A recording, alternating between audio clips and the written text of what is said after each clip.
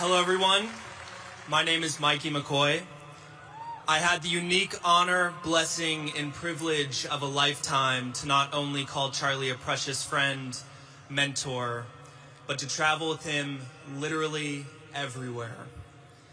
The first time I met Charlie was when I was driving him and his then girlfriend Erica to the airport after he had spoken at my father's church. The entire car ride, he was grilling me on Aristotle, Socrates, Plato, American history. At the end, he said, "Don't go to college, come work for me instead." At 18, I canceled my college plans, moved to Arizona. My life was forever changed by Charlie. All of us in this room have that in common. My first day working at Turning Point, I met an incredible girl who Charlie was interviewing on his podcast, sharing the story of her family who had survived a totalitarian regime, whose grandfather was imprisoned in the gulags for 10 years for preaching the gospel. Elizabeth and I were married a year later. Thank you, Charlie.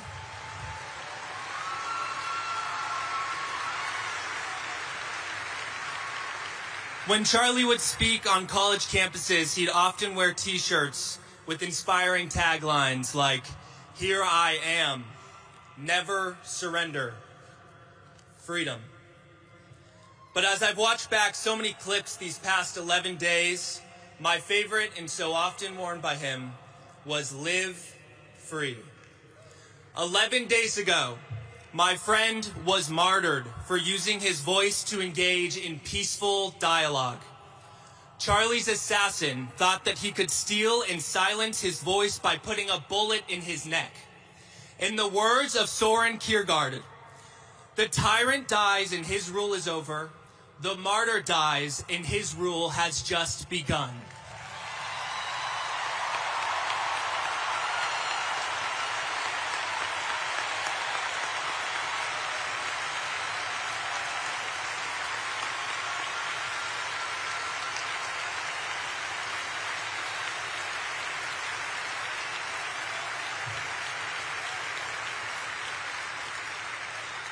Charlie was not silenced. His movement is only beginning. The voices of millions globally have been awakened, furthering his cause and mission far beyond anyone's comprehension.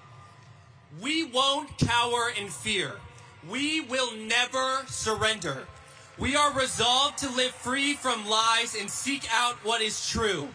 We will respectfully, boldly, challenge what is accepted by culture in order to seek out what is true and acceptable to God Almighty alone.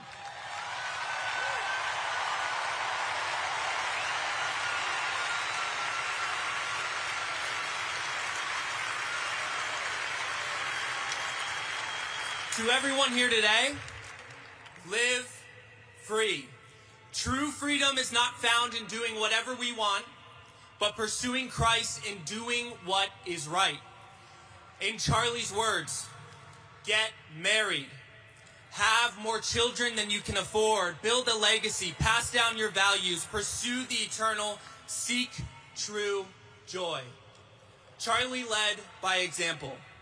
It's not only seen in the incredible wife, Erica Kirk, his two beautiful children, the legacy he built, his values, his love of God, and true joy he found in his Savior, Jesus Christ, but in countless people, especially young people like Elizabeth and I, whose very lives are the fruit of Charlie's example of faithfulness. Charlie, it was the honor of my life to serve you as you serve Jesus. And now we will all continue to serve you as we continue to serve Jesus. Thank you so much. I love you, Charlie. I can't wait to see you again. God bless Erica Kirk, CEO and chair of Turning Point USA, the Kirk family, and God bless America.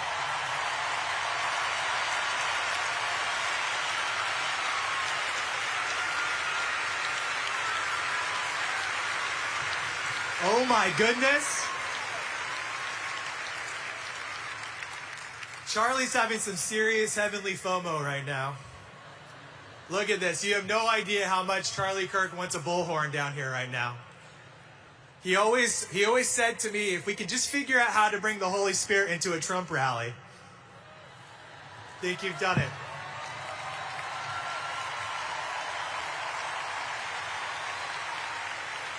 My name is Tyler Boyer. I was the CEO of Turning Point USA and now the CEO of Turning Point Action.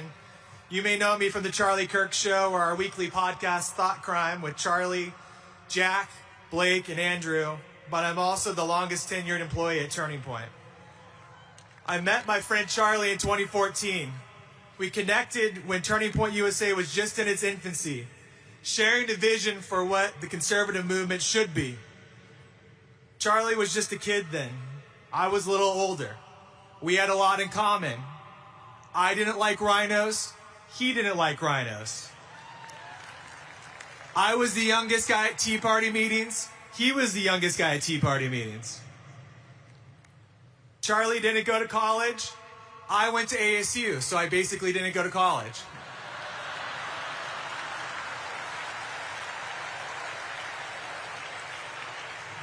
You're welcome, Dr. Crow. We went to work every day on a 24-hour clock. When Charlie turned 21, he didn't have a home. Turning Point USA was in his first year of raising real money. He was just a kid to me, but donors would ask him where he lived, and he took personal offense to the suggestion he still lived in his parents' basement, although his parents probably wanted him to be there all the time. He was a grown 21-year-old man after all. He was rarely home in Chicago. He lived on a plane and zipped back and forth as Turning Point USA became his life. All his personal mail came to a little detached garage at 217.5 Illinois Street, where, as Charlie would constantly remind you, like every good startup, Turning Point USA was founded. So anyways, we worked 24/7. He would tell every supporter of ours, between me and him, we were a team that was never off the clock. Full coverage. I would usually stay up till 2 or 3 in the morning working on the next big Turning Point USA project and text Charlie reports of what our team that day had accomplished. It was like this every day. Work, report, and wait to see my text messages to Charlie flip from delivered to read as soon as he woke up on the East Coast, so we can be firing away feedback, thoughts, and a flurry of brilliant Charlie Kirk ideas as soon as he opened his eyes. I'm not kidding you, this was every single day. And all it takes is 2 dudes to dream up big stuff and talk each other into really insane ideas, which Charlie and I did often to one another. We would go back and forth with those ideas, perfecting them, turning into bigger, more insane and impactful things, and of course, expensive concepts. The ideas literally never stopped. It was around-the-clock problem-solution chat that worked to dream big for the conservative movement. Come up with new ideas, plan new things, fix all problems. My job was to turn them into proposals and presentations, and voila, we would work to execute. Charlie would take red eyes from coast to coast, going all over the country like a crazy man on any and every possible donor, meeting with every possible donor who would take a meeting, so our ideas and fixes for the conservative movement could help young people once and for all. I oftentimes would go with them and marvel at the deranged 22-year-old lifestyle of bathing in airport bathrooms, eating full plates of vegetables and meat at 10 p.m. at night after a long day's work. He was the best at doing all of it. Our success gave me the job of a lifetime, and I'm grateful for it for the rest of my life. I got really good at recruiting the best young talent in the country to come work for us, and it was nonstop. We were a hell of a team. And that's how it worked. Turning Point USA was built, and the Charlie Kirk vision was delivered. I had the special honor at Charlie and Erica's wedding to give a toast speech for Charlie, the groom. It was significantly less pressure than this room. An incredibly beautiful wedding, but small, an important room of people. I can admittedly say I didn't think that I would have to give another Charlie Kirk speech this soon. At his wedding, I told the story of talking Charlie into moving to Arizona. He was an adamant Chicago boy. I needed to break that. Selfishly, I wanted him to love Arizona because I had recently convinced him to move Turning Point USA to Arizona. It was a hard sell at first, and that was until I hosted the first Trump rally in Trump rally history right here in Arizona in 2015. I got a call from Miss Erica Kirk. Miss Arizona 2012. I just want to help, she said. So naturally, I put her right behind the president at that first rally. After that, we talked. It was obvious she was the perfect person for the job that Charlie and I had devised in one of our 24-hour planning sessions. I wanted to hire her. I only had one problem. Charlie Kirk wanted to date her. Long story short, I was very worried he was going to scare her off and screw it up. And I was going to lose this incredible prospect. Like all things he put his mind to, Charlie accomplished everything he put his mind to. They immediately fell in love, and I lost an employee. But now she's my boss. I'm sure you've heard. We love Erica Kirk. Over the years, we built a lot of things. The largest field operation of the conservative movement between high school, college, faith, and action. The first ever ballot chase operation that won the election for President Trump. The largest events in the conservative movement, most of which have been huge, but in convention centers. In 2021, in the aftermath of COVID, we weren't sure if society was ever going to bounce back and ever get back to normal. So we began planning what was one of the crazy ideas known as America Fest. I hope you'll all be there this year. We decided to move it to Swing State, Arizona, and hope and pray that this would work after the world shut down for so long. Charlie, like all our 24/7 ideas sessions, texted me and our VP of events, Lauren Tonsich, late at night, and he showed us and said, "This is my vision." It was an image of a full stadium. A few seconds later, he sent these images of full stadiums of people, hoping for that to be a future turning point event. Well, Charlie, my friend, I'm happy to report we're standing in your vision. You did it, buddy. We love you. You are sitting in the vision for Charlie Kirk. God bless.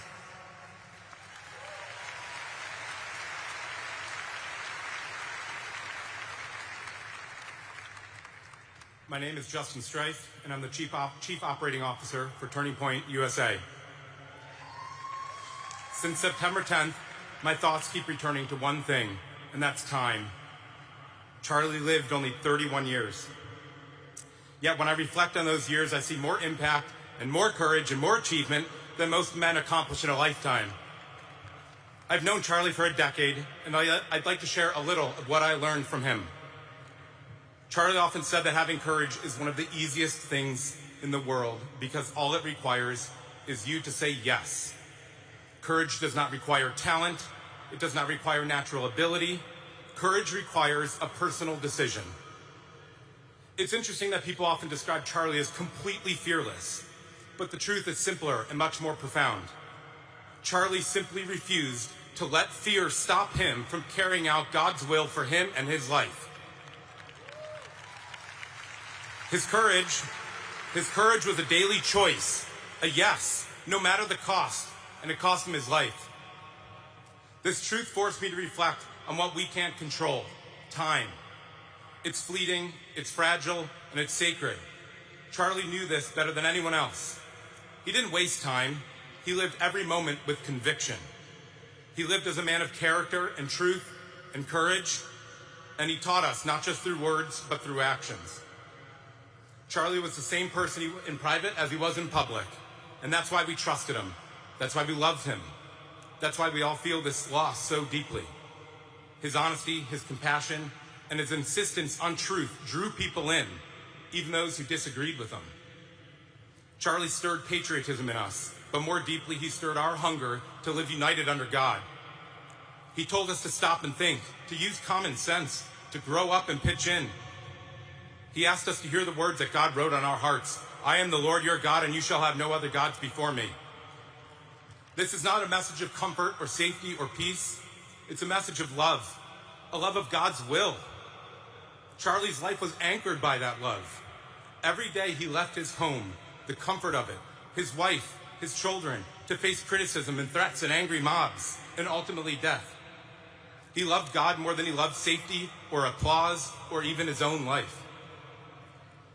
That's because the last 31 years weren't his career. They were his calling. Charlie's legacy is this. He showed us how to be better people. He gave voice to truth and he followed God's will. He started with nothing more than an idea and a folding table. And over 13 years, with time and courage and faith, he built a movement that changed the world. Now that Charlie's gone, what happens next? It's up to us. Time is fleeting, but the decisions we make here right now are eternal. So let us honor Charlie by doing what he did. Stand for truth, confront evil, live courageously, and we do it the way that Charlie did, with compassion, but never compromising on truth, demanding the best from ourselves, from each other, and from our country. Charlie reminded us that courage requires only a yes, and he said yes every single day. And now it's our turn. It's our turn to say yes, to speak boldly, to speak honestly, to fight for our families, to love our country, to honor God, and to wisely use the time that we've been given. And it's to do for the next generation what Charlie did for us. Because all of this, right here and right now, is our turning point. We love you, Charlie, and we won't let you down.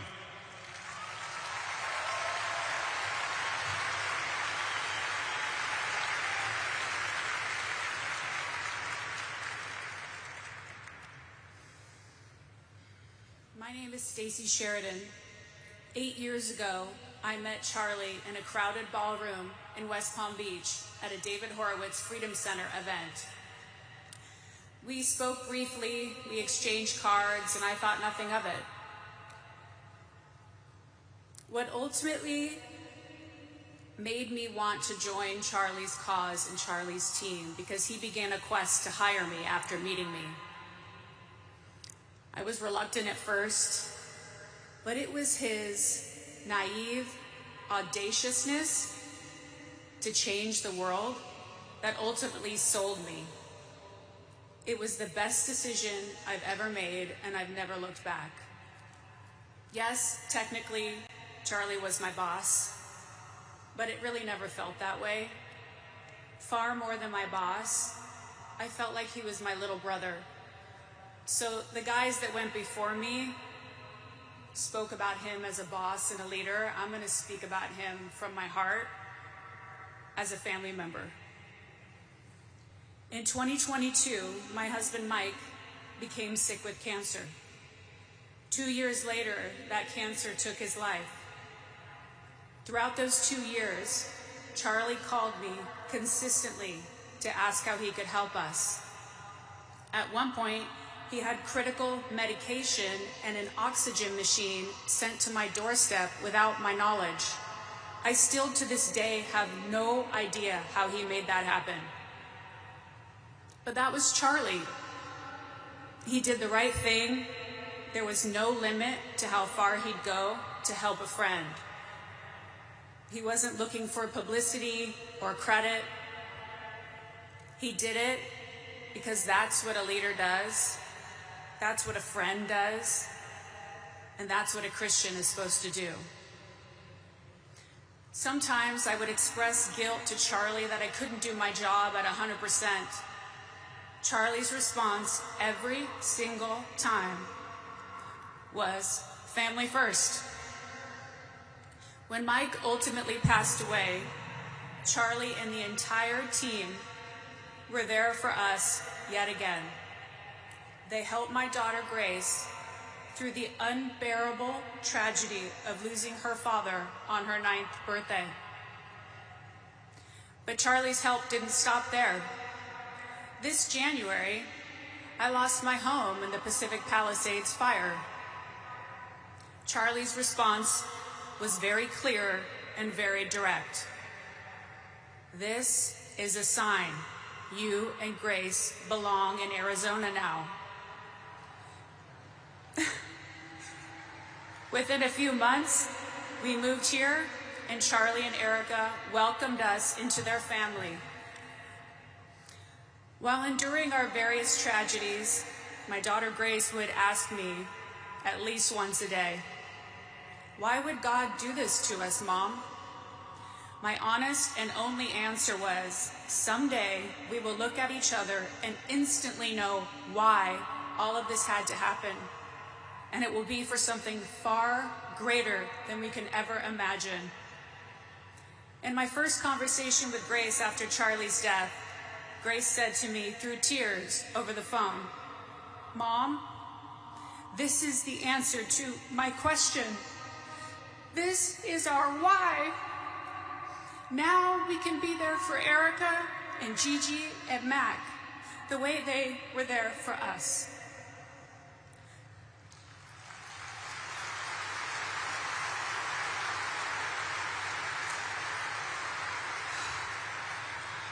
Looking back today, it's so clear to me that Grace was right.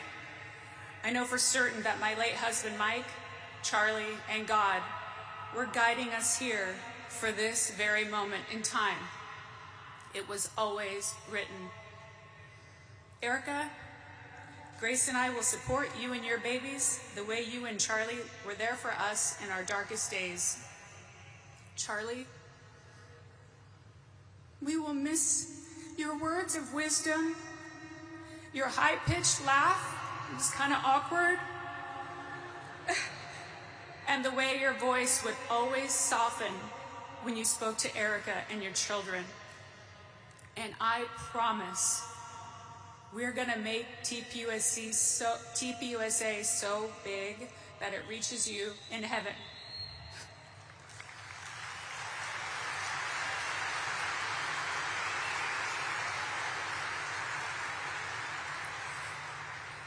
Everything Charlie prayed for in his life, a restoration of faith, a rebirth of patriotism, is coming to fruition in his death. And right now, he is beaming at us from heaven. The fact that we pulled this off in 7 days is a miracle that only Charlie Kirk can deliver, by the way. So, in Charlie's words, let's get to work, everybody. We have a country to save. Thank you.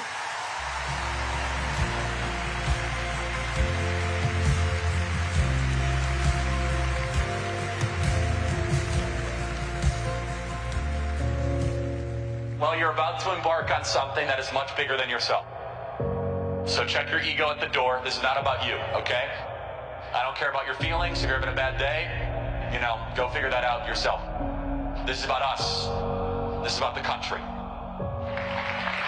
And the eyes of the whole nation are again on Turning Point.